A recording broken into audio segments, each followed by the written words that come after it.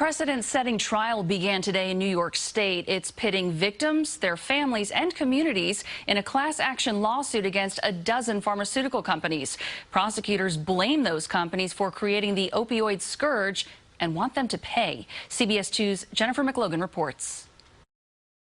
The first opioid trial in America is underway and being held in Central Islip, accusing pharmaceuticals of fueling the epidemic that's claimed thousands of lives in New York and affected millions more. You feel very helpless, you feel hopeless. Nobody was going to hire me. I've been there. There was an in and out cycle. The class action lawsuit will be the first of its kind in the nation to go before a jury. All eyes are going to be on New York. Prosecutors Jane Conroy and Hunter Shkolnik represent Nassau and Suffolk. It's a plague.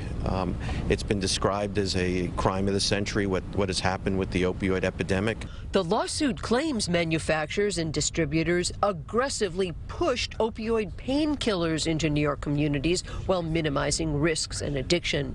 A dozen companies are going to trial. 4 recently settled with no admission of guilt or liability: Johnson & Johnson, Rite Aid, CVS, Walmart. Advocates want all settlement money to go for opioid treatment and prevention. Here in New York State, there's about $1 billion that's in play, depending upon how the trial goes. State and county officials, along with victims' families, say they want to hold pharmaceutical companies accountable for the pain and misery caused by the opioid epidemic. When you have a great kid, a quote-unquote perfect child like Natalie, you tend to trust a little too much.